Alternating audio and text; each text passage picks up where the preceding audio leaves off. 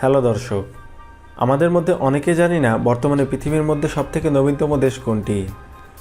কেন মনের আজকের এপিসোডে আমরা পৃথিবীর সবথেকে নবীনতম দেশ সম্পর্কে জানব। তো চলুন শুরু করা যাক। বিশ্বের সবচেয়ে নতুন দেশ সাউথ সুদান। দেশটি স্বাধীন হয়েছে 9 জুলাই 2011 সালে। এখনও 12 বছর হয়নি।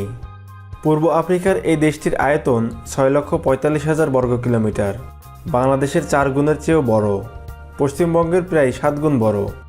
অথচ লোকসংখ্যা মাত্র 1,45,00,000, ঘনবসতি প্রতি বর্গ কিলোমিটারে মাত্র 13 জন। বিভিন্ন আঞ্চলিক ভাষা প্রচলিত হলেও দেশটির রাষ্ট্রভাষা ইংরেজি।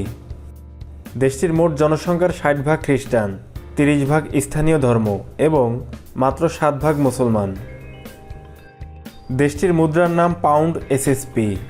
বাংলাদেশের 1 টাকা সমান 1.25 পাউন্ড এসএসপি এবং ভারতীয় 1 রুপি সমান 1.60 পাউন্ড এসএসপি।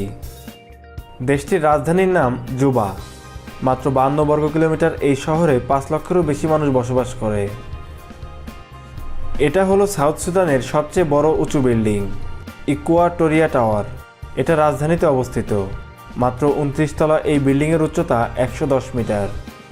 দেশটি নতুন, তাই এখনও সেভাবে ট্রেন সার্ভিস চালু হয়নি। পুরাতন অব্যবহৃত একটা ট্রেন লাইন মেরামত করে 2-1টা ট্রেন চলে। সারা দেশে মাত্র 250 কিলোমিটার ট্রেন লাইন আছে। এটি সাউথ সুদানের একটি গ্রাম। দর্শক, এই সকল নিত্য নতুন তথ্য জানতে চ্যানেলটিকে সাবস্ক্রাইব করে সাথে থাকুন। আল্লাহ হাফেজ।